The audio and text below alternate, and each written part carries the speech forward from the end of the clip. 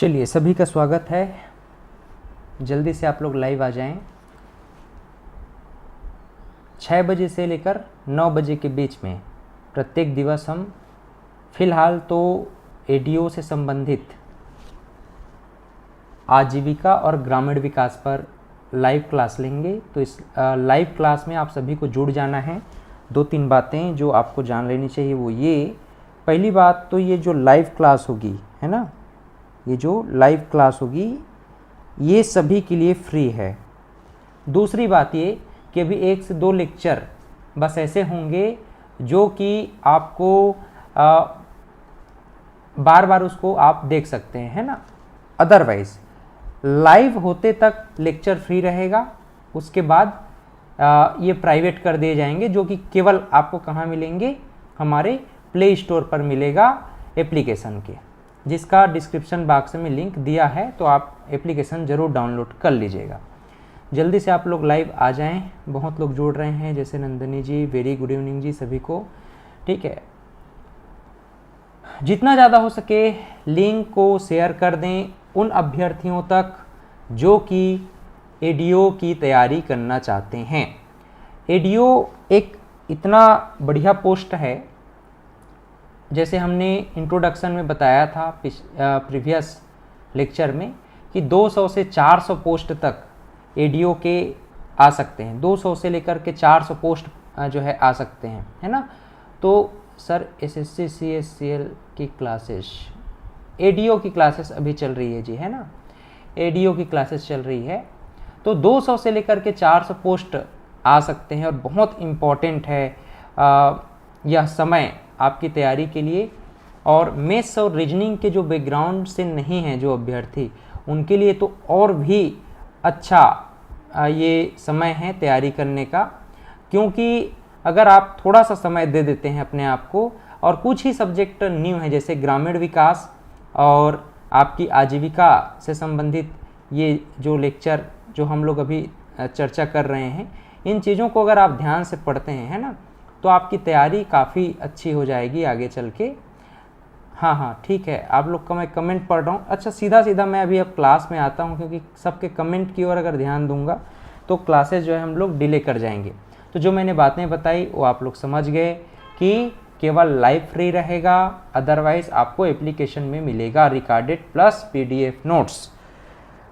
Livelihood, आजीविका से आप लोग क्या समझते हैं, कमेंट करते जाइए, आप लोग बताते जाइए। मैं आप लोग के सुझाव जरूर जानना चाहूँगा कमेंट में कि आप लोग मन में क्या सोचते हैं। आजीविका शब्द जैसे ही आपके माइंड में आता है, सिलेबस में 30 नंबर के प्रश्न पूछे जाएंगे आपसे आजीविका से संबंधित। टोटल 150 क्वेश्चन में 30 क्वेश्चन आजीविका से आएंगे। तो आप लोग मुझे बताओ, आजीविका से आप लोग क्या समझते हैं, what do you mean by livelihood. आजीविका क्या है?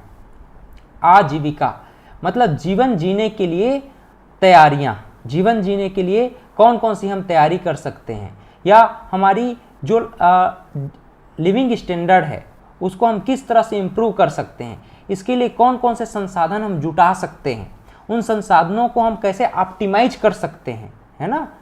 हम लाइवलीहुड को कैसे समझेंगे कि भाई हम कैसे ऑप्टिमाइज करें, संसाधनों को कैसे जुटाएं, कैसे उसको उपयोग करें और जीवन स्तर को ऊंचा उठाएं। तो यही लाइवलीहुड के अंतर्गत पढ़ा जाता है। अब आप सभी को पता है कि भाई अर्थव्यवस्था के 3 प्रमुख क्षेत्र हैं, कृषि क्षेत्र, सेवा क्षेत्र और उद्योग क्षेत्र। क्रमशः अगर हम देखें तो कृषि, उद्योग और सेवा क्षेत्र को हम लेके चलते हैं। हमको पहले से ही पता है कि भारत देश गांवों का देश है। भारत देश क्या है भाई? गांवों का देश है। यहाँ पर लगभग 60 से 70% लोग कहाँ रहते हैं? गांव में निवास करते हैं। और उनकी आजीविका का मुख्य आधार क्या है? कृषि। दूसरी बात हम ये भी जानते हैं कि जहां हम देखते हैं एक तरफ 1960 के दशक में देश में कंट्रीब्यूशन जीडीपी का एग्रीकल्चर का सबसे अधिक था, वहीं आज जीडीपी में कंट्रीब्यूशन एग्रीकल्चर का सबसे कम है। यानी कि जस्ट अपोजिट हो गया। पहले सर्विस सेक्टर की जो कंट्रीब्यूशन थी, सर्विस सेक्टर की कंट्रीब्यूशन सबसे कम थी, आज उल्टा देखने को मिल रहा है। यहाँ पर देखिए जीडीपी में कंट्रीब्यूशन केवल 16.6% है। कोई भी देश की अर्थव्यवस्था कृषि वाली अर्थव्यवस्था कब कहलाएगी? जब उसका कंट्रीब्यूशन जीडीपी में 50% या उससे एबव हो।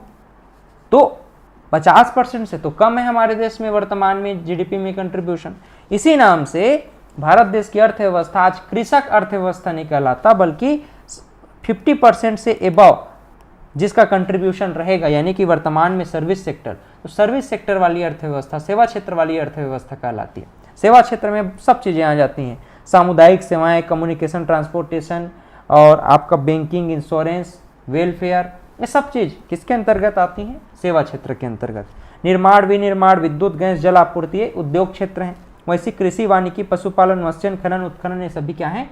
एग्रीकल्चर सेक्टर कहलाते हैं।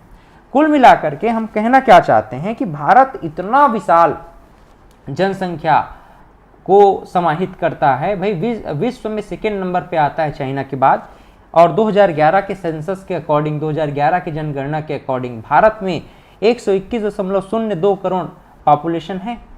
और यहाँ पर लगभग 60%, इन पूरे पॉपुलेशन में लगभग 60% पॉपुलेशन कहाँ रहती है? गांव में रहती है।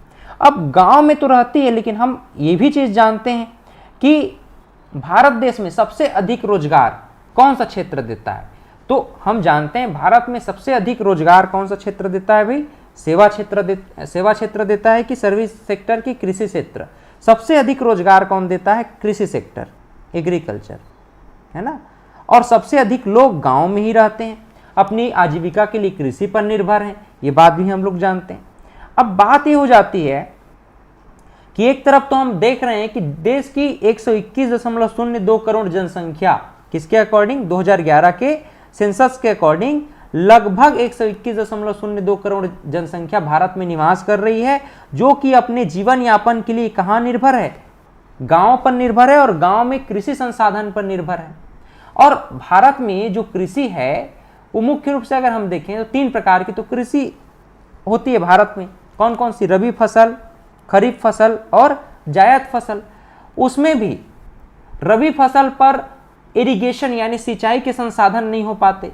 इसी नाम से अधिक जनसंख्या हम देखते हैं कि मुख्य रूप से मौसमी जो भी फसल उत्पादन हो सके उस पर निर्भर करता है, यानी खरीफ फसल पर अधिक डिपेंडेंसी है। खरीफ फसल पर अधिक डिपेंडेंसी है। कंपेयर देन रबी फसल, कंपेयर देन जायद फसल। बहुत बढ़िया नंदनी जी, आप सही बोल रहे हो, एग्रीकल्चर पर ही डिपेंडेंसी है। तो हमने देखा कि भाई भारत में इतनी विशाल जनसंख्या है, जो कि लगभग आज वर्तमान के दृष्टिकोण से हम देखें तो 50 से 60% जनसंख्या तो आज भी गांव में ही निवास करती है। शहरीकरण भले से हुआ है, लेकिन आज भी 50 से 60% जनसंख्या गांव में ही निवास कर रही है, अपनी आजीविका जी रही है।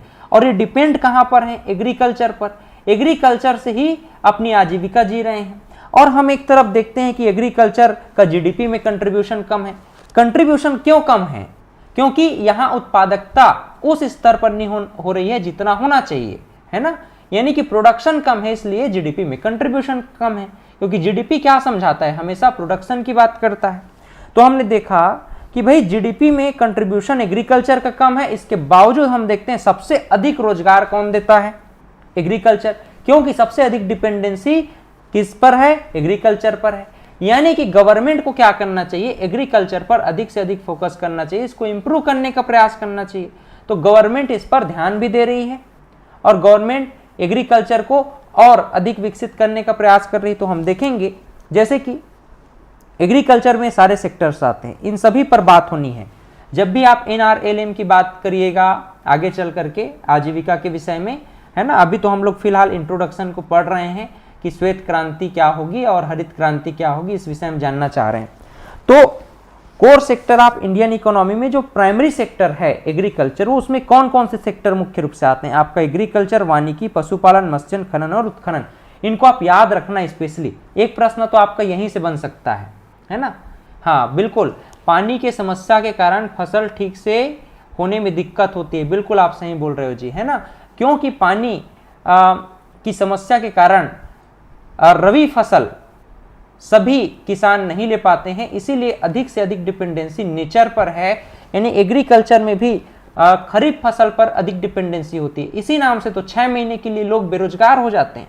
आगे चल करके नरेगा और मनरेगा जैसी योजनाएं सरकार के द्वारा लाई गई कि जो 6 महीने की मौसमी बेरोजगारी जो देश के लोग झेल रहे हैं, इसको कैसे रिड्यूस किया जा सके, तो उसके लिए फिर नरेगा से मनरेगा जैसी योजनाएं लाई गई, जिसमें 100 दिन के रोजगार जो है उपलब्ध कराए जाने लग गए, है ना। तो उस पर हम लोग आगे चल करके बात करेंगे। हाँ, तो हम क्या कहना चाह रहे थे कि इन प्राइमरी सेक्टर को आपको विशेष करके ध्यान में रखना है, क्योंकि जब भी आप ग्रामीण विकास पढ़िएगा, जब भी आप आजीविका पढ़िएगा, वो भी एग्रीकल्चर से रिलेटेड, तो आपको इन सेक्टर्स में कौन कौन से सेक्टर मुख्य रूप से जुड़े हैं इसको ध्यान में रहना ही चाहिए। जैसे प्राइमरी सेक्टर के अंतर्गत एग्रीकल्चर, फॉरेस्ट्री और एनिमल हस्बेंड्री यानी पशुपालन, मत्स्यन, फिशरीज, खनन और उत्खनन। ठीक, क्लियर है। अब देखो, कृषि एवं संबद्ध क्षेत्र की अगर हम बात करें तो इस पर हम डिस्कस कर रहे थे। हाँ बिल्कुल अर्जुन जी, बिल्कुल आप सही बोल रहे हो। ये सभी जो है प्राथमिक कृषि क्षेत्र हैं, प्राथमिक क्षेत्र के अंतर्गत आते हैं। बिल्कुल आप सही बोल रहे हो, है ना।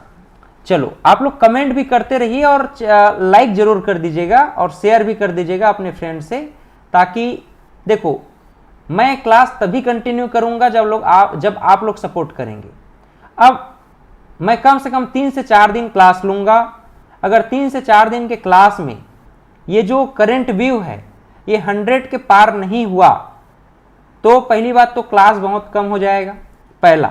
दूसरा ये कि अगर 100 से एबव आप शेयर करते हैं और अधिक से अधिक अगर 100 से एबव करंट व्यूअर आ जाते हैं तो मैं ये जो क्लासेस है इसको प्राइवेट भी नहीं करूंगा, सबके लिए ओपन कर दूंगा। और क्या चाहिए बताओ। मैं जितना भी ग्रामीण विकास और आजीविका संबंधित क्लासेस हैं, अगर 100 से अधिक व्यूअर आते हैं लाइव में तो ये सभी क्लासेस एब्सोल्युटली फ्री में अवेलेबल होगा सबके लिए। हाँ, तो कृषि और संबद्ध क्षेत्र में जो कंट्रीब्यूशन जीडीपी का हम देख रहे थे कि हमने एक तरफ देखा 1950-60 की दशक, 1950-60 के दशक में होता क्या है, 51%, 50 या 55% के अबाउट क्या था कंट्रीब्यूशन, क्या था, प्राइमरी सेक्टर का था। किसका था? प्राइमरी सेक्टर का। लेकिन आज हम देखते हैं 2021-22 की स्थिति में 16.6%, यानी कितना गिरावट हुआ है ना। तो हुआ क्या, 1960 से 70 के दशक में एक रिवॉल्यूशन आया, जिस रिवॉल्यूशन को हम ग्रीन रिवॉल्यूशन कहते हैं, हरित क्रांति कहते हैं। 1966-1967 के दौरान, यानी एग्जैक्टली आप 1966 को ध्यान में रखिएगा। 1966 में एक रिवॉल्यूशन हुआ, एक क्रांति आई एग्रीकल्चर के सेक्टर में, एग्रीकल्चर के क्षेत्र में, जिसे हम क्या कहते हैं, हरित क्रांति कहते हैं, यानी ग्रीन रिवॉल्यूशन कहते हैं। तो ग्रीन रिवॉल्यूशन मुख्य रूप से क्या था, उच्च उपज बीज को उन्नत करना। खास करके हमारा मुख्य रूप से जो भोजन करते हैं या फिर मुख्य रूप से जो आहार है उसमें चावल और गेहूं ही है भारत के अंदर, है ना। तो चावल के जो बीज थे और गेहूं के बीज थे, इसको हाइब्रिड किया गया, यानी कि उच्च उपज की बीज, इसे ही HYV high yield variety crops के नाम से हम लोग जानते हैं, उच्च उपज बीज फसल, है ना। तो उच्च उपज बीज फसल HYV हाई यील्ड वेराइटी के जो सीड्स हैं, इसको हरित क्रांति के दौरान, हरित क्रांति में यही मुख्य बात थी कि हरित क्रांति में जो थ्योरी था इसका, है ना, प्रोफेसर नॉर्मन बोरलॉग, तो नॉर्मन बोरलॉग इस थ्योरी को दिए थे कि भाई अगर मुख्य रूप से ये हरित क्रांति में नॉर्मन बोरलॉग कहते हैं कि जो बीज की गुणवत्ता है, उच्च गुणवत्ता वाले बीज का अगर हम प्रयोग करेंगे तो पैदावार भी अधिक होगा। अच्छा, पैदावार अधिक होगा तो प्रोडक्शन अधिक है, प्रोडक्शन अधिक है तो जो किसान हैं उनको अधिक बेनिफिट होगा, तो अधिक बेनिफिट होगा तो अधिक से अधिक और इन्वेस्टमेंट कर पाएंगे कहीं पर, यानी कि परचेसिंग पावर सीधी सी बात है बढ़ जाएगी। है ना, परचेसिंग पावर सीधी सी बढ़ जाएगी। तो उसी को हाई यील्ड वेराइटी कहा गया, यानी उच्च उपज वाले बीज के विषय में हम लोग बात कर रहे हैं। तो चावल और गेहूं के जो बीज थे इस पर विशेष करके फोकस किया गया कि इस पर हम किस तरह से इसको अधिक पैदावार इसका ले सकते हैं, है ना। तो देखिए भारत की अगर हम बात करें तो भारत में एम.एस. स्वामीनाथन ने इसको सबसे पहले इंट्रोड्यूस किया, और एम.एस. स्वामीनाथन ने हरित क्रांति के विषय में बतलाया कि भाई प्रोफेसर नॉर्मन बोरलॉग जो कि उच्च उपज वाली बीज पर बात कर रहे हैं, तो इसको भी हम लोग क्या कर सकते हैं, भारत में भी इंप्लीमेंट कर सकते हैं। और हमने देखा भी इसका रिजल्ट कि भारत में चावल और गेहूं की उपज में एक उत्तरोत्तर वृद्धि हुई। तो इसी को क्या कहा गया, ग्रीन रिवॉल्यूशन कहा गया। हाँ, हाइब्रिड कहते हैं जी, ठीक है, ठीक बोल रहे हो, हाइब्रिड कहते हैं। यहां पर हम बीज के विषय में बात कर रहे हैं, उसका वैज्ञानिक संरचना में जो बदलाव होगा उसको हम हाइब्रिड बीज कहेंगे। अभी फिलहाल हम हाई यील्ड वेराइटी जो उच्च उपज वाली बीज है उसके विषय में हम बात करना चाह रहे हैं, ठीक है, उस पर भी हम आएंगे। भारत में बहुत सी प्रकार की क्रांतियां हैं। आपके जो चैप्टर 1 है, चैप्टर 1 में आपको मुख्य रूप से एक तो ग्रीन रिवॉल्यूशन को बता दिया गया है और ऑपरेशन फ्लड को बताया गया है ना। इन्हीं दो क्रांतियों के विषय में बताया गया है। लेकिन प्रश्न तो आपके एग्रीकल्चर से रिलेटेड कुछ भी पूछ सकता है। आपसे प्रश्न कर सकता है कि भाई हरित क्रांति किससे संबंधित है, तो आप कहिएगा खाद्यान्न से। दुग्ध क्रांति, इसको हम ऑपरेशन फ्लूट कहते हैं, तो ये मुख्य रूप से दुग्ध उत्पादन से संबंधित है। वहीं नीली क्रांति मछली उत्पादन से, पीली क्रांति तिलहन उत्पादन से, गुलाबी क्रांति प्याज और झींगा मछली से, स्वर्ण क्रांति फल शहद उत्पादन और बागवानी विकास। वहीं धूसर क्रांति की बात करते हैं तो धूसर क्रांति जो है उर्वरक यानी फर्टिलाइजर से संबंधित है। रजत क्रांति अंडा और कुक्कुट से संबंधित है। लाल क्रांति मांस और टमाटर उत्पादन। वहीं अगर हम गोल क्रांति की बात करें तो गोल क्रांति आलू से संबंधित है। सिल्वर फाइबर क्रांति कपास से, भूरी क्रांति चमड़ा कोको गैर पारंपरिक उत्पाद, और वहीं गोल्डन फाइबर क्रांति जूट उत्पादन से संबंधित है। तो इन क्रांतियों को आप कम से कम माइंड में रखिए कि भाई कौन सी क्रांति किस प्रकार के फसल से संबंधित है। कम से कम इतना तो नॉलेज होना चाहिए। एकदम डीप में जाने के लिए नहीं कह रहा, आपके सिलेबस में जो बताया गया है ग्रीन रिवॉल्यूशन और ऑपरेशन फ्लूड यानी दुग्ध क्रांति, इस पर हम जरूर बात करेंगे। लेकिन आपको ऊपर से ध्यान में रहना चाहिए कि और कौन कौन से एग्रीकल्चर से संबंधित रिवॉल्यूशन हुए हैं, ताकि आपके माइंड में ये चीजें रहें। जैसे कि नीली क्रांति मछली उत्पादन से संबंधित है, पूछा जा सकता है आपसे कि पीली क्रांति किस फसल से संबंधित है, तो आप कहिएगा तिलहन से संबंधित है। आपसे पूछ दिया अगर लाल क्रांति किससे संबंधित है, तो दो ऑप्शन दे सकता है, आइदर मांस आइदर टमाटर। अगर मांस दिया है तो मांस से रिलेट करिएगा, आइदर आप रिलेट कर सकते हैं टमाटर से। क्लियर है। तो इन भारत में जो मुख्य रूप से कृषि क्रांतियां हुई हैं, एग्रीकल्चरल रिवॉल्यूशंस हुए हैं, इनके नाम कम से कम आपको ध्यान में रहने चाहिए, ठीक है। अब देखो अधिक उपज देने वाली जो किस्में हैं जिसको हम हाई यील्ड वैरायटी प्रोग्राम के अंतर्गत 1966 और 1967 के दौरान देखे, तो इसमें हाइब्रिड जो सीड थे, हाइब्रिड सीड,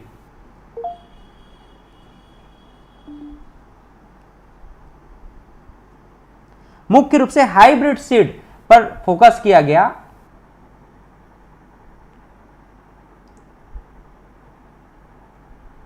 हाँ, एम.एस. स्वामीनाथन, बिल्कुल बिल्कुल सही बोल रहे हो अर्जुन जी, ठीक है। हाँ, तो ध्यान दीजिएगा जो हरित क्रांति है 1966 में, यहां पर हम लोग देख रहे हैं कि गवर्नमेंट जो है HYVP high yield variety programme के अंतर्गत हाइब्रिड सीड यानी कि हाइब्रिड सीड पर मुख्य रूप से फोकस करना चाह रही है, संकर वाले बीज पर बात करना चाह रही है, जो हमको अधिक से अधिक उत्पादकता को बढ़ा सके। हमारे जो भी फसल हैं, खास करके हमने देखा कि जो गेहूं और चावल के जो बीज हैं उसमें हाइब्रिड सीड्स को इंप्रूव करने की चर्चा कर रहे हैं। और हम देखते हैं कि मुख्य रूप से धान और गेहूं की उत्पादकता में हमको उत्तरोत्तर वृद्धि देखने को मिला। इसके साथ ही साथ ज्वार बाजरा और मक्का जैसे फसलों में भी हमको उत्पादन के दृष्टिकोण से वृद्धि देखने को मिलती है। इसके जनक के विषय में हम लोगों ने बताया कि डॉक्टर नॉर्मन बोरलॉग यूएसए से हैं, इनके जनक कहे जाते हैं इस क्रांति के, ग्रीन रिवॉल्यूशन के। और इंडिया में एम.एस. स्वामीनाथन जो है इसके प्रवर्तक माने जाते हैं। एग्रीकल्चर मिनिस्टर उस टाइम कौन थे भाई? 1966 के दौरान सी सुब्रमण्यन साहब थे और प्राइम मिनिस्टर थी श्रीमती इंदिरा गांधी। तो ये कुछ कुछ बातें हैं जो याद रहने चाहिए। प्रमुख कारक के रूप में यहां पर हम बात करना चाह रहे हैं। तो इस समय मुख्य रूप से ग्रीन रिवॉल्यूशन के अंतर्गत कौन कौन से फसलों को जो है हाई यील्ड वेराइटी के अंतर्गत, high yield variety programme, specially याद रखिएगा हाई यील्ड वेराइटी प्रोग्राम, अधिक उपज देने वाली किस्मों में मुख्य रूप से कौन कौन से बीज को, कौन कौन से फसल को रखा गया था? तो मुख्य रूप से 5 फसलों को रखा गया था। कौन कौन सा? धान, गेहूं, ज्वार, बाजरा और मक्का। ये 5 फसलों के नाम याद रखिएगा, धान, गेहूं, ज्वार, बाजरा और मक्का।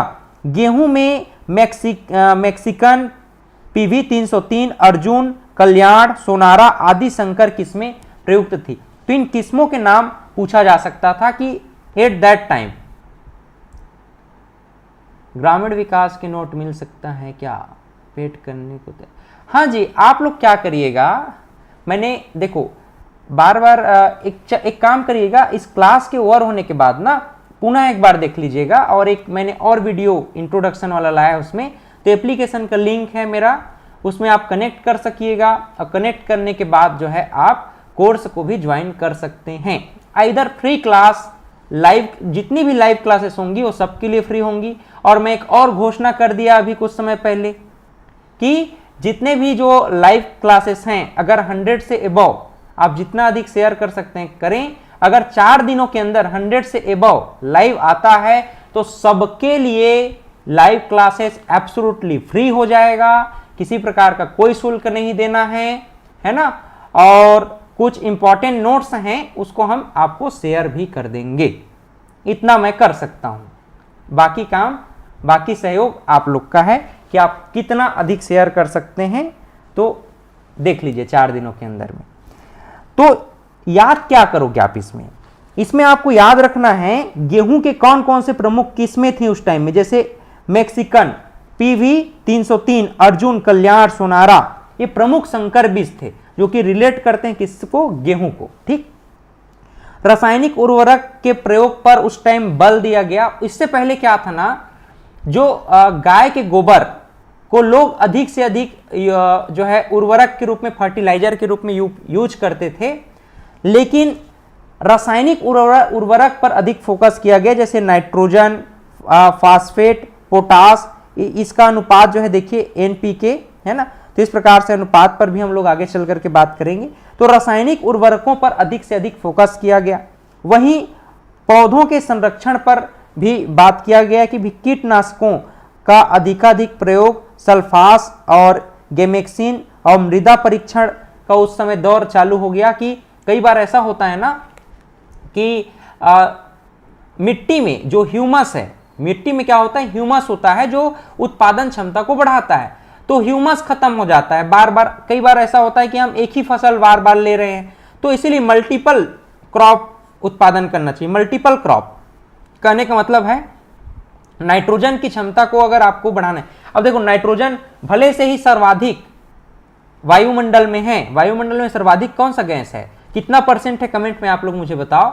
ऑक्सीजन का और नाइट्रोजन का वायुमंडल में कितना परसेंट है, कमेंट में बताओ। तो हम जानते हैं कि वायुमंडल में सर्वाधिक परसेंट नाइट्रोजन का है। तो फसल भूमि में नाइट्रोजन कहां से आएगा?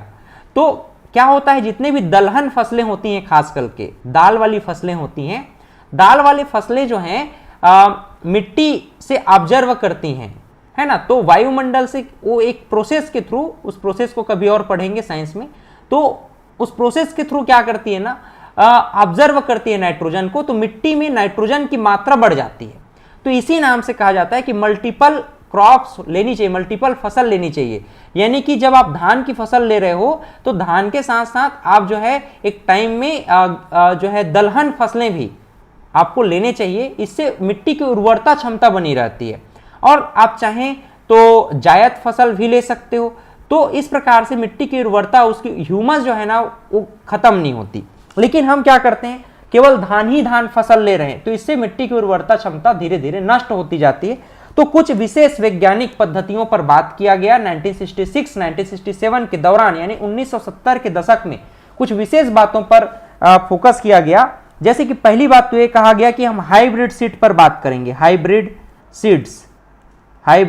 सीड्स मतलब को हमको संकरित बीज चाहिए।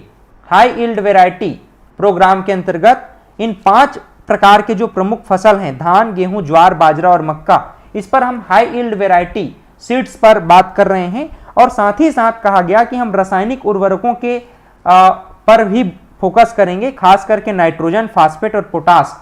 और कहा गया कि भाई हम जो कीटनाशक हैं जैसे कि सल्फास, गेमेक्सिन और मृदा के परीक्षण पर भी हम फोकस करेंगे ताकि हम अधिक से अधिक पैदावार कर सकें। लघु सिंचाई पर बल और बहु फसल कार्यक्रम। तो लघु सिंचाई के बल पर क्या चीजें हैं कि वर्षा की अनिश्चितता से मुक्ति पाने के लिए पंप सेट और ट्यूबवेल लगाया जाना। और सही बात है, फसल कैसे उत्पादन होगा? अभी आप देखिएगा, वर्तमान दृष्टिकोण से मैं बात कर रहा हूं, नींबू, लेमन है ना, इसकी उत्पादन कम हो गई है क्योंकि गर्मी इतना अधिक हो गया है कि वो पानी के कमी के कारण जो है पौधे मर रहे हैं। यहां तक कि मेरे घर में भी 2 पौधे पानी की कमी के कारण मर गए। वो दूर में है, थोड़ा सा हम देख नहीं पाते हैं। तो होता क्या है, गर्मी के कारण जो है पानी नहीं मिल पा रहा है, तो पानी नहीं मिल पा रहा है, पौधे ही मर जा रहे हैं। तो इन सबको ध्यान में रखते हुए कहा गया कि भाई पौधा जो फसल हमको अधिक पैदावार लेना है तो हमको पानी सबसे जरूरी है। इसीलिए तो जल को जीवन कहा गया है, जल ही जीवन है। तो इसके लिए कहा गया कि लघु सिंचाई, जो स्मॉल लेवल पर इरिगेशन सिस्टम है उसको हम इंप्रूव करते हैं। इरिगेशन सिस्टम जो स्मॉल स्तर पर है उसको हम इंप्रूव करते हैं। उसके लिए पंप सेट और ट्यूबवेल जैसी तकनीकी सेवाओं को आरंभ करने की बात कहेगी। बहु फसल कार्यक्रम, यानी कि मैंने अभी बताया कि आप जो है मल्टीपल क्रॉप, यानी एक से अधिक आप जो है क्या करिए, फसल लीजिए। हाँ, हमारे एरिया में बहुत हैं सर। अच्छा, आप लोग के एरिया में नींबू है अभी, वेरी गुड, ठीक है। इस क्षेत्र में बिलासपुर, जांजगीर चांपा, इन क्षेत्रों में थोड़ा सा कम है। हाँ, तो आप लोग बात समझ रहे हैं। पहली बात तो लघु सिंचाई पर फोकस किया गया। लघु सिंचाई के अंतर्गत पंप सेट, ट्यूबवेल और कुआं वगैरह को भी आप ले सकते हैं। अच्छा, बहु फसल कार्यक्रम मतलब कम समय में पककर तैयार होने वाले फसलों को अधिक से अधिक पैदावार किया जाना। आधुनिक कृषि उपकरणों का प्रयोग। आप लोग एक कॉमन सेंस लगाओगे तो भी ध्यान में आ जाएगा कि भाई एक तो बीज की गुणवत्ता अच्छी होनी चाहिए। पहला पॉइंट वाइज क्या रखना याद कि बीज की गुणवत्ता अच्छी हो, पहला। दूसरा, आप जो है उर्वरक का प्रयोग कर रहे हैं। तीसरा, आप कीटनाशक का प्रयोग कर रहे हैं बचाव के लिए। चौथा, आप सिंचाई के लिए सुविधाएं उपलब्ध करा रहे हैं। चौथी बात यह हो गई कि आप एक से अधिक फसल ले रहे हैं ताकि मिट्टी की गुणवत्ता बनी रहे। और चौथी बात, आप जो है आधुनिक कृषि उपकरण, मॉडर्न जो एग्रीकल्चर इक्विपमेंट्स हैं, जो भी संसाधन है, रिसोर्सेस हैं, उनका आप उपयोग कर रहे हो, जैसे tractor, bulldozer, thresher, crusher, harvester, sprinkler इत्यादि। तो ये सभी मुख्य रूप से हम देखते हैं कि ऐसी तकनीकें हैं, ऐसा एक इनोवेशन है, ऐसा रिवॉल्यूशन है जो डेफिनेटली एग्रीकल्चर को इंप्रूव करेगा, एग्रीकल्चर सेक्टर को इंप्रूव करेगा। इसी कारण से कहा गया कि जो ग्रीन रिवॉल्यूशन आया, हरित क्रांति आई 1970 के दशक में, 1966 में, तो वहां पर इन चीजों पर विशेष फोकस किया गया कि हम इन विशेष बिंदुओं पर अगर बात करते हैं, इन विशेष बिंदुओं को अगर इंप्लीमेंट करते हैं धरातल पर, तो डेफिनेटली हमारा एग्रीकल्चर सेक्टर बूस्ट कर जाएगा। और हमने देखा भी इसका परिणाम कि 51% तक जीडीपी में कंट्रीब्यूशन एग्रीकल्चर सेक्टर से जाने लग गया। यानी कि जहां हम बहुत सारी फसलों को इंपोर्ट करा रहे थे, बहुत सारे बीज को, बहुत सारे जो खाद्य पदार्थ हैं, अब हम ऐसा नहीं कर रहे हैं। हम अपनी जो फूड चेन सप्लाई है, डिमांड और सप्लाई का जो चेन है, उसको फुलफिल कर पा रहे हैं, अपितु हम एक्सपोर्ट भी करने लग गए हैं। तो इस प्रकार का हमको रिवॉल्यूशन देखने को मिला, जो कि भारत देश में एक बहुत बड़ी क्रांति मानी जा सकती है। बहुत सारे और भी उपाय हैं जो कि एग्रीकल्चर सेक्टर को इंप्रूव करने के लिए सहारा लिया गया, जैसे कृषि उपज का उचित मूल्य। यानी कृषिगत लागत एवं मूल्य आयोग का गठन करना, मूल्य समर्थन या समर्थन मूल्य की नीति लाना। तो 1965 में इसकी स्थापना करी गई थी, समर्थन मूल्य की नीति। आज देखिएगा पंजाब क्षेत्र में है ना, पंजाब राज्य में, वहां आंदोलन हुआ है ना, कृषक आंदोलन हुआ। वहां पर क्यों आंदोलन हुआ कि भाई हमको एमएसपी चाहिए, मिनिमम सपोर्ट प्राइस, न्यूनतम समर्थन मूल्य, क्योंकि किसान इतना मेहनत कर रहे हैं तो किसानों को चाहिए कि भाई वो अपनी जो फसल कर रहे हैं, उत्पादन कर रहे हैं, और एक दिन में तो उत्पादन होता नहीं है, कोई ऐसा बिजनेस तो है नहीं, बहुत सेवा करना पड़ता है, अपने बच्चे की तरह सेवा करनी पड़ती है फसल की, तब जाकर के फसल उत्पादन होता है। और उसी उत्पादन को फिर वो इतना मेहनत से बीज को उसका कन्वर्ट करेंगे, इसका बुनाई वगैरह है ना, धुकाई वगैरह बहुत सारा काम होता है, मिसाई, तब जाकर के फिर उसको मार्केटिंग करेंगे तो कुछ पैसे आएंगे जिससे अपना और अपने परिवार का आजीविका चलाते हैं। तो इसी नाम से एक आंदोलन हुआ कि भाई हमको क्या चाहिए, एमएसपी चाहिए, कुछ फसलों पर हमको डेफिनेट एमएसपी चाहिए, न्यूनतम समर्थन मूल्य चाहिए। तो ये वास्तव में एग्रीकल्चर सेक्टर को बूस्ट करना है और आप चाहते हैं कि अधिक से अधिक लोग एग्रीकल्चर पर ध्यान दें। अब पढ़े लिखे लोग हैं और किसी को क्या है, रोजगार नहीं मिल पा रहा है। अभी मैं जो है करंट अफेयर पर भी बात करूंगा। करंट अफेयर में खास करके जो इस साल का बजट आया है, यूनियन बजट आया है, उस पर मैं डिस्कस करूंगा नेक्स्ट क्लास में जब भी होगा, तो उस पर हम बात करेंगे। वहां पर 16 लाख और 20 लाख रोजगार की बात कही गई है। लेकिन आत्मनिर्भर भारत के अंतर्गत और जो नवीन भारत है, तो इसमें कैसे हम कौशल विकास योजना को अधिक से अधिक इंप्रूव कर सकें, जहां पर लोग इंटरप्रेन्योर हो सकें, इंटरप्रेन्योरशिप की ओर जा सकें या आत्मनिर्भर हो सकें। तो सरकारी नौकरी की बात नहीं की जा रही है, यानी आप आत्मनिर्भर होकर के अपना जो है व्यवसाय प्रारंभ कर सको, इस पर ज्यादा फोकस किया जा रहा है। लेकिन यहां पर हम देखते हैं कि अगर आप न्यूनतम समर्थन मूल्य दे देते हो, साथ ही साथ मूल्य आयोग का गठन और कृषिगत लागत पर आप सब्सिडी देते हो, तो इन सब्सिडी के कारण लोग अधिक से अधिक एग्रीकल्चर सेक्टर में मूव ऑन करेंगे और एग्रीकल्चर सेक्टर क्या होगा, बूस्ट होगा। हाँ, बहुत सारी फसलें हैं, बहुत सारी किस्म हैं, मैं बात करूंगा धीरे धीरे, उस पर कोई दिक्कत नहीं है। तो ये हुआ। दूसरी बात यह है कि भाई एग्रीकल्चर में पढ़ाई भी तो होनी चाहिए। भाई बिना पढ़े लिखे हम कैसे समझ पाएंगे कि कितने पोटास की जरूरत है, फास्फोरस की जरूरत है, नाइट्रोजन की जरूरत है, मिट्टी में मिट्टी परीक्षण करने की आवश्यकता है या नहीं, हमको किस प्रकार के बीज का उपयोग करना चाहिए, इसके लिए तो पढ़ा लिखा होना चाहिए। और अगर आप ब्रांच वाइज पढ़ते हो, एग्रीकल्चर के विषय में ही पढ़ते हो, तो आप तो बहुत अधिक रिवॉल्यूशन ला सकते हो, बहुत क्रांति कर सकते हो। इसी नाम से न केवल उचित मूल्य पर ध्यान दिया गया, अपितु कृषि एवं शिक्षा अनुसंधान पर, यानी प्रथम कृषि विश्वविद्यालय खोला गया, पंतनगर कृषि विश्वविद्यालय 1960 में। और छत्तीसगढ़ में आप लोग मुझे कमेंट करके बताओ कि छत्तीसगढ़ में कितने यूनिवर्सिटी हैं? केवल एकमात्र यूनिवर्सिटी है क्या एग्रीकल्चर में, या एक से अधिक एग्रीकल्चर से संबंधित यूनिवर्सिटी है? इस पर आप मुझे कमेंट करके बताइए। और एक आप लोग सर्च करके कमेंट करके मुझे बाद में बताइएगा कि छत्तीसगढ़ में, पहला प्रश्न मेरा ये कि छत्तीसगढ़ में एग्रीकल्चर से संबंधित यूनिवर्सिटी कितनी है? अगर एक मात्र है तो एक मात्र का नाम बताएं, एक से अधिक है तो उसका भी नाम बताइए। और लक्ष्मी गुप्ता जी, एडीओ के लिए कौन सा बुक अच्छी रहेगी? मेरा आप सबसे रिक्वेस्ट है कि क्लास जो है करते हैं, इसका में डाउट जो है ना, आप लोग जरूर प्रश्न करते रहें, कोई दिक्कत नहीं है। आपके जितने भी प्रश्न हैं तो 2-3 दिन क्लास हो जाने दीजिए, उसके बाद जितने भी प्रश्न हैं आप लोग जो डाउटफुल हैं, इन पर मैं एक छोटा सा डाउट क्लास ले आऊंगा, ताकि बुक के विषय में क्या पढ़ें क्या नहीं पढ़ें इस पर हम अलग से डिस्कस करें तो ज्यादा अच्छा रहेगा। हाँ, तो हाँ, क्या बता रहे हो जी? सर भारत में कृषि में कितना % रोजगार मिलता है? हाँ, उसी पर मैं बात किया अर्जुन, कि अर्जुन नाम अच्छा है आपका, है ना, अच्छा बनेगा कि हे पार्थ सुनिए, हम बात करना चाहते हैं, आप बात जो पूछ रहे हो कि कितना % रोजगार मिलता है।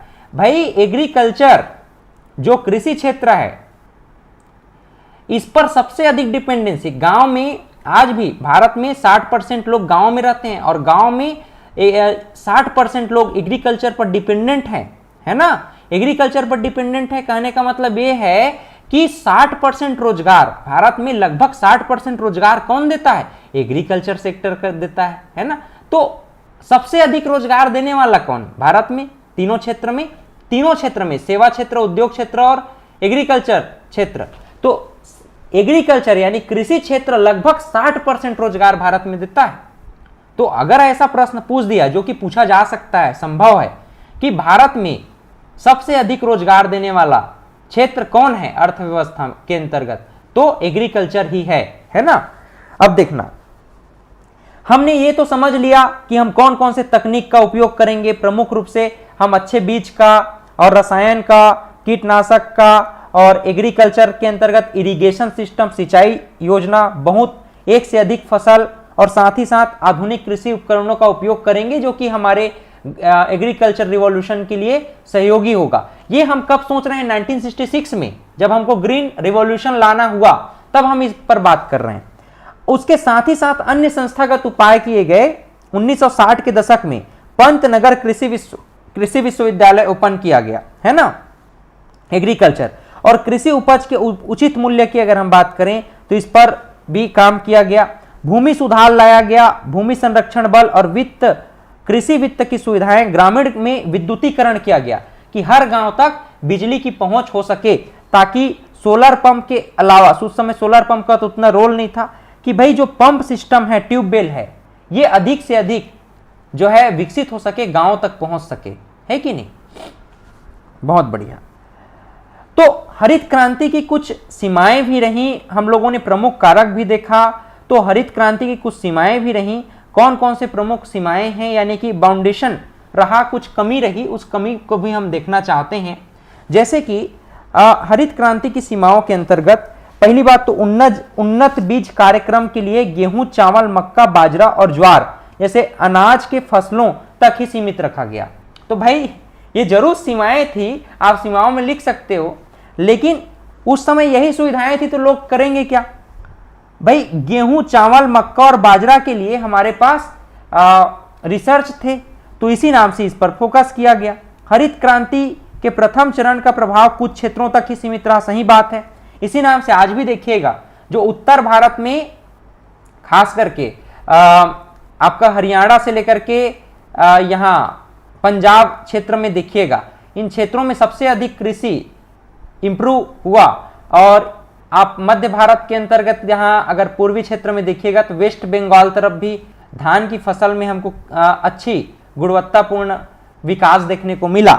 लेकिन ये जो ग्रीन रिवॉल्यूशन था, इसका पूरे भारत में प्रभाव नहीं पड़ पाया, एक सीमित क्षेत्र में रह गया। हरित क्रांति का सर्वाधिक लाभ गेहूं के उत्पादन को मिला। तो ये प्रश्न आपका आईएमपी है, लिख लो, नोट करते जाओ। चाहोगे तो आप 60 नोट्स भी बनाते जाओ। मैं जो बोल रहा हूं और कुछ चीजों को अगर मैं जोड़ दे के बोल रहा हूं तो समझिए वो प्रश्न बन सकता है, किसी भी प्रकार से हो। तो हरित क्रांति का सर्वाधिक लाभ किस फसल को सर्वाधिक हुआ? तो गेहूं के फसल को सर्वाधिक हुआ, जिसमें उत्पादन और उत्पादकता दोनों में वृद्धि हुई। इसलिए कुछ लोग इसे गेहूं क्रांति भी कह देते हैं। तो ऐसा भी प्रश्न पूछा जा सकता है कि जो ग्रीन रिवॉल्यूशन रहा, इसे और किस नाम से जानते हैं? तो ग्रीन रिवॉल्यूशन को ही गेहूं क्रांति यानी wheat revolution, wheat revolution, wheat revolution, गेहूं क्रांति भी कह दिया जाता है। अब गेहूं क्रांति से ही आप कनेक्ट कर पाइएगा कि गेहूं की उत्पादकता पर अधिक फोकस किया गया, इसी कारण से इसे हम ग्रीन रिवॉल्यूशन को गेहूं रिवॉल्यूशन भी कह देते हैं, यानी कि व्हीट रिवॉल्यूशन, गेहूं क्रांति भी कह देते हैं। ठीक है। चावल की उत्पादकता में बहुत कम वृद्धि हुई व मोटे अनाज में खास करके ज्वार, बाजरा और मक्का का उत्पादन या तो स्थिर रहा या इसमें अनियमित वृद्धि हो गई।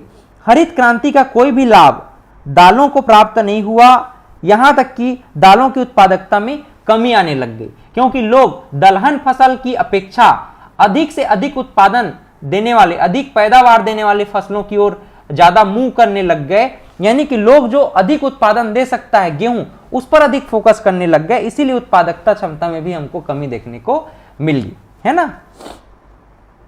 अब इस लाभ में क्या क्या प्रश्न बन सकते हैं? प्रश्न जो बन रहे हैं उसको मैं साथ ही साथ लेके चल रहा हूं। हरित क्रांति के लाभ में पहली बात उत्पादकता में वृद्धि हुई, कूट में आपका प्रश्न बना सकता है।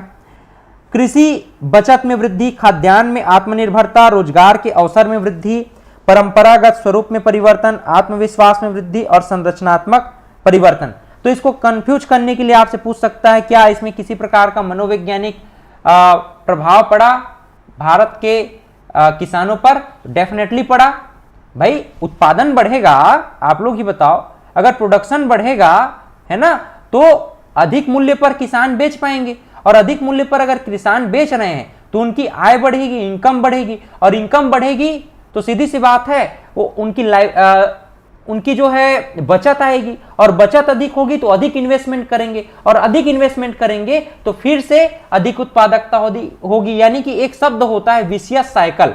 विशियस साइकिल, देखो एक शब्द होता है vicious cycle. Vicious cycle, vicious cycle आप पॉवर्टी कहते हैं, यानी गरीबी का दुष्चक्र।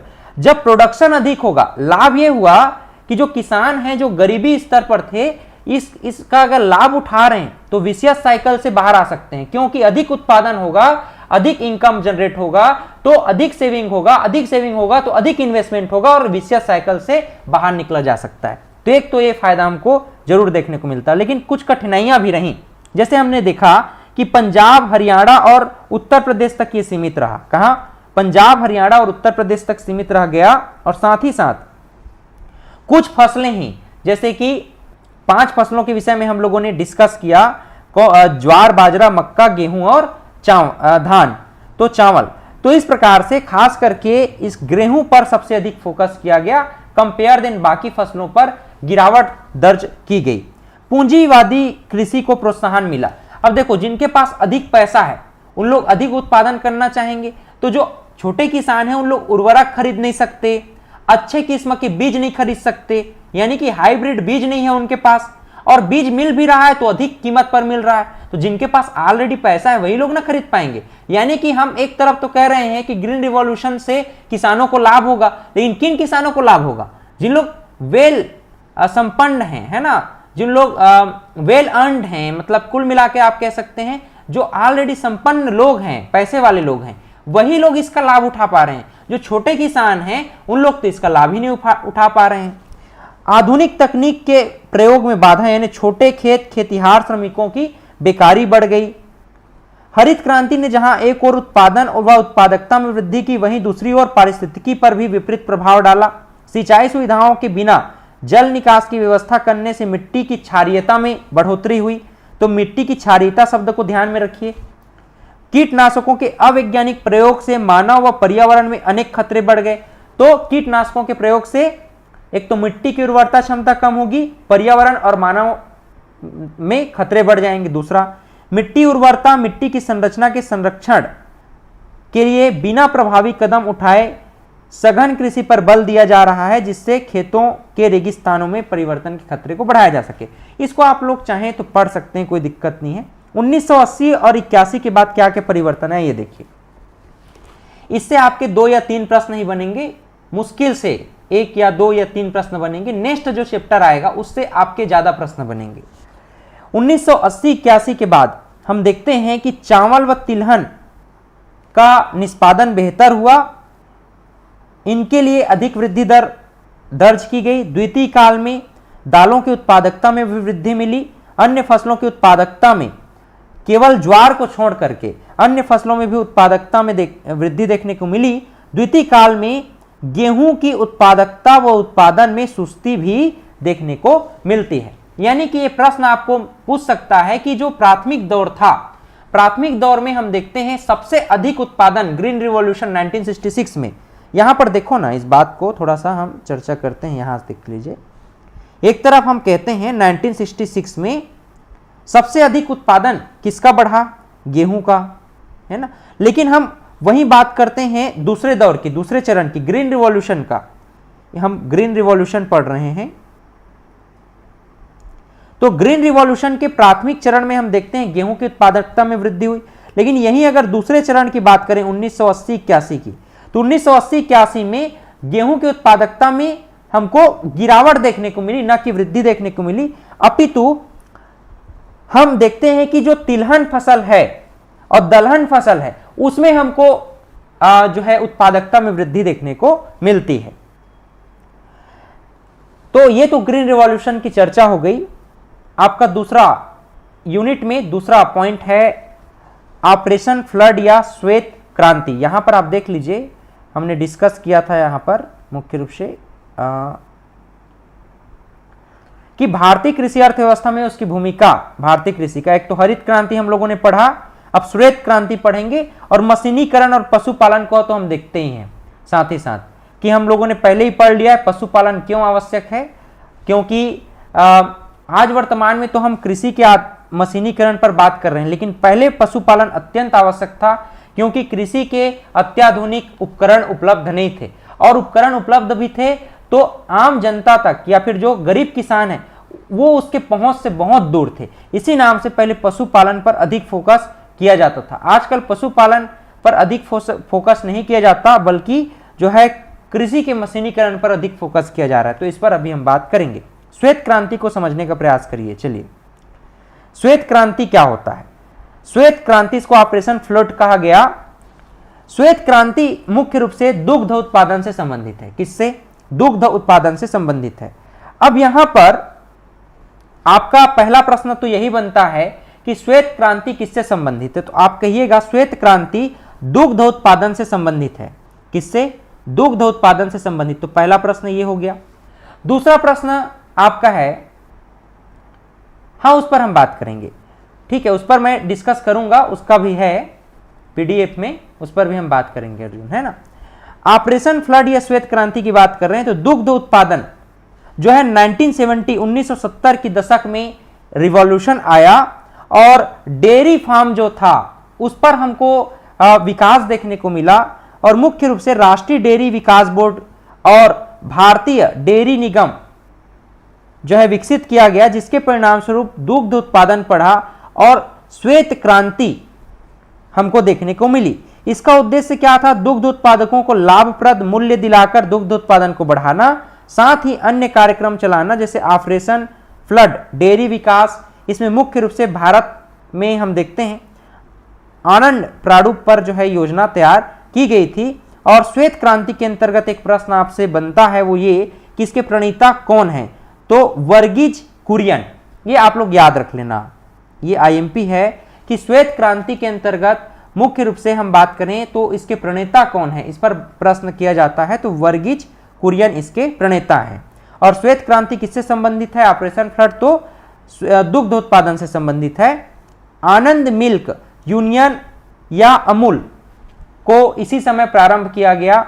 आनंद मिल्क या यूनियन अमूल गुजरात से प्रारंभ किया गया, और वर्गीज कुरियन है ना इसके प्रणेता माने जाते हैं श्वेत क्रांति के। तो ये 2-3 पॉइंट है जो आपको ध्यान में रखना चाहिए। नेशनल डेयरी डेवलपमेंट बोर्ड भी 1995 में डेवलप किया गया। देखो, दुग्ध उत्पादन में अगर हम देखें वर्तमान दृष्टिकोण से तो पूरे विश्व में, एक प्रश्न ध्यान में रखिएगा, अगर मैं विश्व की बात करूं, पूरे विश्व की, तो विश्व में दुग्ध उत्पादन में भारत कौन से नंबर पर है? दुग्ध उत्पादन में भारत नंबर 1 पर है। भारत जो है दुग्ध उत्पादन पर नंबर 1 पर आता है पूरे विश्व में। और दुग्ध उत्पादन भारत में, इसमें जो रिवॉल्यूशन आया कौन से दशक में आया? 1970 से 80 के दशक में हमको देखने को मिला। दुग्ध उत्पादन के अंतर्गत या ऑपरेशन फ्लड जो कि डेयरी फार्म को और अधिक विकसित करने के लिए संचालित किया गया। तो इस पर इसके प्रणेता कौन है? वर्गीज कुरियन। आनंद मिल्क यूनियन या अमूल इसी समय शुरुआत हुआ, कहां से? गुजरात से। ऑपरेशन फ्लड की अगर हम बात करें, दुग्ध उत्पादन से संबंधित श्वेत क्रांति मुख्य रूप से 3 चरणों में हम इसको समझने का प्रयास करेंगे। जैसे कि प्रथम चरण 1970 से 80 के दशक में क्या क्या प्रमुख बातें रहीं? सरकारी संघों का आधारभूत ढांचा इन क्षेत्रों में दोहराया गया। पहले चरण में महानगरों में दुग्ध केंद्र यानी मदर डेयरी की स्थापना की गई, जिससे अधिक से अधिक जो खास करके शहरी क्षेत्र हैं वहां पर दूध की सप्लाई को बढ़ाया जा सके। दूसरा चरण में 1980 से 85 तक रहा, जो कि सभी राज्यों में जगह जगह पर शहरों को कनेक्ट करते हुए राष्ट्रीय दुग्ध ग्रिड बनाया गया, जिससे अधिक से अधिक उत्पादन जो है छोटे शहरों में भी किया जा सके। देखो, सबसे पहले जहां पर संसाधन उपलब्ध होंगे वहीं पर किया जाएगा, यानी बड़े शहरों में। इस प्रकार से समझो ना, तीन चरण में देखिएगा। प्रथम चरण इस बिग सिटी है ना, बिग सिटी। दूसरे चरण में हम कहां पर लेकर के जाएंगे? स्मॉल सिटी में। और दोनों क्या हैं? दोनों अर्बन एरिया हैं, अर्बन कहलाते हैं। अर्बन, अर्बन मतलब शहरी क्षेत्र। लेकिन जैसे ही हम तीसरी चरण की बात करते हैं तो तीसरा चरण मुख्य रूप से रूरल एरिया से संबंधित है, यानी रूरल एरिया में हम डेवलप करेंगे। रूरल एरिया में भी हम डेयरी फार्म अधिक से अधिक ओपन करेंगे ताकि दूध की उत्पादन क्षमता और अधिक हो सके। तो इसे आप कहिएगा ये बिग सिटी चला गया, ये जो है ग्रामीण क्षेत्र के अंतर्गत आ गया। तो इन तीनों चरणों को आप ध्यान से देखिए। 1970 से 80 के दशक में और 1980 से 85 के दशक में मुख्य रूप से डेयरी फार्म या राष्ट्रीय दूध ग्रिड बनाया गया, जिसमें डेयरी फार्म को अधिक से अधिक डेवलप किया गया शहरी क्षेत्रों में, और दूध की उत्पादन क्षमता में उत्तरोत्तर ग्रोथ हमको देखने को मिलता है। तीसरी चरण जो है 85 से 94 में देखने को मिला, जो कि विश्व बैंक की सहायता या सहकारी संघों को क्षमतावान बनाया गया। दुग्ध उत्पादन को और अधिक बढ़ाने के लिए एक बुनियादी ढांचा तैयार किया गया और ग्रामीण क्षेत्रों में भी इसको विकसित करने लग गए। ग्रामीण क्षेत्रों में भी इसको विकसित करने लग गए। पहले ग्रामीण क्षेत्र में जो मुख्य रूप से अगर हम देखें, जो सामान्य गाय थी, उच्च नस्ल की नहीं है, उनसे दूध उत्पादन हो रहा था, है ना। लेकिन धीरे धीरे जो है उच्च नस्ल की गायों को ग्रामीण क्षेत्रों में भी जो है पहुंचाया गया, और वहां भी दुग्ध उत्पादन आज के कंडीशन में हम देखते हैं तो ग्रामीण क्षेत्रों में भी हमको डेयरी फार्म देखने को मिल जाएगा। तो कुल मिलाकर के अगर हम बात करें तो ऑपरेशन फ्लड से संबंधित दो तीन प्रश्न हैं। पहला प्रश्न तो ये कि ये ऑपरेशन फ्लूड क्या है? तो ऑपरेशन फ्लूड या श्वेत क्रांति दुग्ध उत्पादन से संबंधित है। इसके प्रणेता वर्गीज कुरियन है और आनंद मिल्क यूनियन या अमूल गुजरात से प्रारंभ हुआ, इसके प्रणेता हैं। नेशनल डेयरी डेवलपमेंट बोर्ड की स्थापना 1995 याद रखिए। और ऑपरेशन फ्लूड जो है 3 चरणों में प्रारंभ हुआ, 1970 से 80, 80 से 85, 85 से 94। 70 और 80 के दशक में यानी प्रथम और द्वितीय चरण में मुख्य रूप से जो दुग्ध उत्पादन है वो ग्रामीण क्षेत्रों में और तृतीय चरण में रूरल एरिया में डेवलप करने की बात कही गई। क्लियर? कृषि में यंत्रीकरण की अगर हम बात करें मुख्य रूप से, है ना, तो उद्यानिकी यंत्रीकरण योजना, इसको पढ़ने से पहले ये बात देख लीजिए। कृषि में यंत्रीकरण, कृषि में यंत्रीकरण और जो इकोनॉमिक सर्वे होता है, तो इकोनॉमिक सर्वे को एग्रीकल्चर वाला जो पार्ट है खास करके उसको मैं आपको पढ़ा दूंगा, तो उसका चिंता मत कीजिए। कितना हेक्टेयर है, क्या है सर, तो उस पर हम बात करेंगे। कहां पर बात करेंगे? लेटेस्ट डेटा के साथ, जो इकोनॉमिक सर्वे इंडिया का, इकोनॉमिक सर्वे छत्तीसगढ़ का 2021-22 वाला जो इकोनॉमिक सर्वे है, आर्थिक सर्वेक्षण, उसमें जो एग्रीकल्चर वाला सेक्शन है खास करके, उस पर मैं एक अलग से ही लेक्चर लेकर के आऊंगा, लाइव क्लास लेंगे, जो आपको इंपॉर्टेंट हो जाएगा आपके ग्रामीण विकास और आजीविका से संबंधित, एग्रीकल्चर से संबंधित डेटा कलेक्ट करने में। और सब नहीं पढ़ेंगे, उसमें भी जो एग्जाम में आएगा वही चीजों को बस देख लेंगे। कृषि में यंत्रीकरण यानी कि आप मशीनीकरण ला रहे हैं, कहां पर? एग्रीकल्चर सेक्टर में। तो कृषि में यंत्रीकरण का अर्थ क्या होता है कि पहले हम क्या करते थे, पशुओं से एग्रीकल्चर का काम करते थे, कृषि का काम। अब जो है रोबोटिक सिस्टम आ गया, यानी कि मशीनों के माध्यम से हम एग्रीकल्चर को कर रहे हैं। इससे क्या होता है कि पशुओं को हम पशुओं को थोड़ा सा राहत भी मिल गया और हमारी उत्पादकता क्षमता और अधिक बढ़ गई। तो कृषि में यंत्रीकरण में 2-3 चीज ध्यान रखने लायक है। पहली बात तो ये कि भाई हमारा जो काम है वो सरल हो जाएगा। दूसरी बात यह है कि फसल काटने, सिंचाई करने, जुताई करने इत्यादि के लिए हम मशीन का उपयोग करने लग गए। इससे पहली बात तो हमारा टाइम कंज्यूम हो रहा है, टाइम बच रहा है। दूसरी बात, जो पशुपालन है तो पशुओं को राहत मिल रही है, दूसरा पशुओं को राहत मिल रहा है, पहला टाइम हमारा कंज्यूम हो रहा है, तीसरा जो प्रति हेक्टेयर उत्पादन है इसमें वृद्धि होगी। प्रति हेक्टेयर उत्पादन, ये बात ध्यान दीजिएगा, प्रति हेक्टेयर उत्पादन, प्रति हेक्टेयर उत्पादन, तो प्रति हेक्टेयर उत्पादन में क्या होगी, वृद्धि होगी। दूसरा, प्रति हेक्टेयर उत्पादन में वृद्धि होगी तो क्या प्रति व्यक्ति उत्पादन में वृद्धि नहीं होगी, क्या प्रति व्यक्ति उत्पादन में भी वृद्धि होगी, यानी प्रति व्यक्ति आय में भी वृद्धि होगी।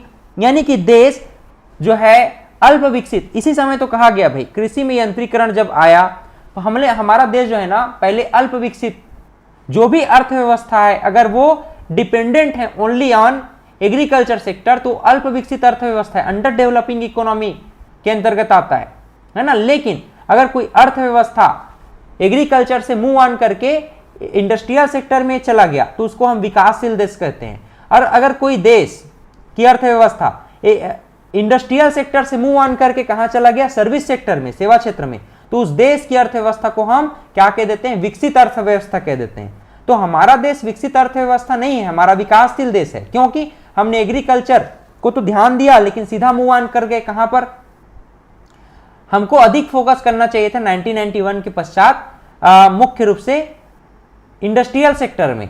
तो हमने इंडस्ट्रियल सेक्टर को ज्यादा ध्यान नहीं दिया, हम सीधा मूव ऑन कर गए टर्शियरी सेक्टर में यानी सेवा क्षेत्र में। इसीलिए आज भी हमारा देश विकसित देश नहीं कहलाता, विकासशील देश कहलाता है। डिमांड और सप्लाई की आज भी समस्या बनी हुई है देश में, है ना। तो पक्ष में तर्क, इसको आप लोग पढ़ना, ये मैं पीडीएफ इसका जो अलग से और मैं पीडीएफ बना रहा हूं, ये तो बस पढ़ाने के लिए है सरल रूप में, तो हम अवेलेबल कराएंगे। तो कृषि में जो यंत्रीकरण है इसका लाभ क्या क्या होगा समझ गए। पहली बात तो टाइम कंज्यूम होगा, और दूसरा प्रति हेक्टेयर उत्पादन में वृद्धि होगी, प्रति व्यक्ति उत्पादन में वृद्धि होगी, जिससे देश और अधिक विकसित होगा। और उत्पादन तकनीक के वृद्धि के कारण देश के जो इकोनॉमिक ग्रोथ है, इकोनॉमिक ग्रोथ है, तो इकोनॉमिक ग्रोथ में भी हमको वृद्धि देखने को मिलेगा। उद्यानिकी यांत्रिकरण योजना के अंतर्गत मुख्य रूप से 25% और 40% जो मिलने वाले लाभ हैं, इस पर हम अपडेटेड और वीडियो लेकर के आएंगे। फिलहाल आप इसको देख लीजिए। ट्रैक्टर, रोटोवेटर, पावर टिलर और शक्ति चलित यंत्र, मानव चलित यंत्र, ये सब परसेंट है और कुछ राशि है जो कि अभी अपग्रेड किए गए हैं। तो इसको आप चाहेंगे तो स्क्रीनशॉट करके रख लो, अपग्रेडेड इसको हम बाद में देखेंगे। देखिए, 2-3 टर्म हैं जो कि एग्रीकल्चर से संबंधित बहुत बहुत इंपॉर्टेंट है। पहली बात तो ये, आप लोग मुझे बताइएगा, आप लोग से मेरा प्रश्न है कि भारत में कितने प्रकार की फसल पाई जाती है। 5 मिनट और क्लास होगा, ओनली 5 मिनट। उसके बाद फिर नेक्स्ट क्लास में प्रश्नों को डील करते हुए बात करेंगे। कम से कम 5 प्रश्न मैं रोज आपको डील करूंगा जो कि उस चैप्टर से अति अति अति इंपॉर्टेंट है। और एग्जाम में आप देखिएगा भी, मैं जो प्रश्न आपको तैयार करके दूंगा उन प्रश्न के इर्द गिर्द ही रहेगा, उससे ज्यादा प्रश्न पूछेगा नहीं। अगर 7 यूनिट है तो 5 7 35, केवल 35 प्रश्न मैं कराऊंगा उस चैप्टर से संबंधित, और उसमें से आपके 30 प्रश्न भी बनते हैं तो अराउंड उसी के इर्द गिर्द रहेंगे, उससे ज्यादा प्रश्न बनेगा नहीं, है ना। तो उस पर हम बात करेंगे नेक्स्ट क्लास से। आप लोग मुझे बताइए, इंडिया में, भारत में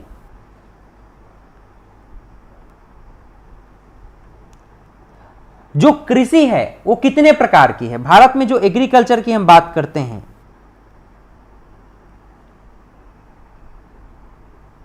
भारत में कुल प्रकार के कृषि कितने प्रकार की पाई जाती है। बहुत बढ़िया, कौन कौन सी प्रकार की बता दो।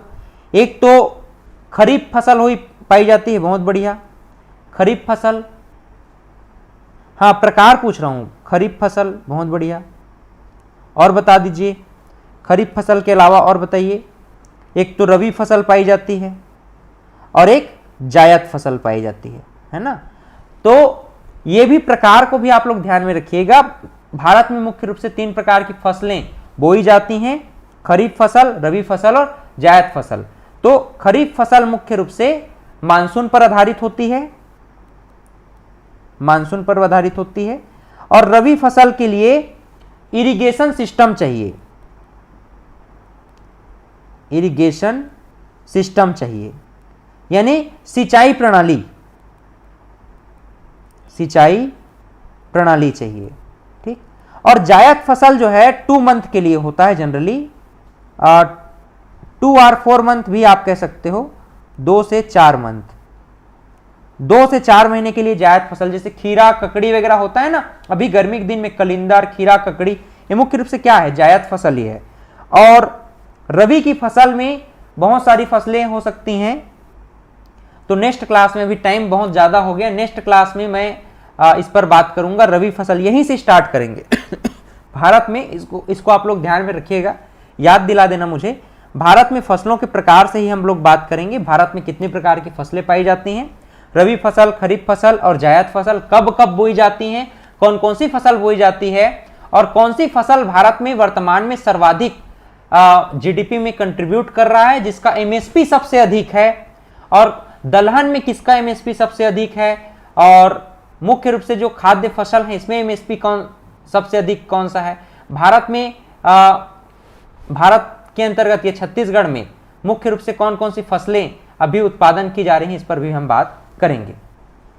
चलिए अभी के लिए इतना ही रखते हैं, और इसके जो प्रश्न हैं 5 प्रश्न, वो मैं कल क्लास के प्रारंभ में ही कराऊंगा। ठीक, चलिए बाकी बातें कल करेंगे। हैव अ ग्रेट डे सभी को। अभी शुभ रात्रि का समय आ गया, तो सभी को शुभ रात्रि भाई। जितना अधिक हो सके आप लोग शेयर कर लें, ये क्लासेस हम फ्री कर देंगे सबके लिए, अगर 100 से अबाउ लाइव जाता है तो हम, हाँ अर्जुन, आप क्वेश्चन कर दिए रहो, क्वेश्चन इन पर हम सभी कल में जब क्लास लेंगे ना, तो उस पर हम बात कर लेंगे। आपके जितने भी क्वेश्चंस हैं, जिनको भी जो भी डाउट होगा, क्वेश्चन रहेगा, वो आप सब लोग कमेंट में लिख दे रहो, हम उस पर बात करेंगे। हाँ ठीक है, इस पर हम कल बात करेंगे बिल्कुल। चलिए ठीक, थैंक यू वेरी मच।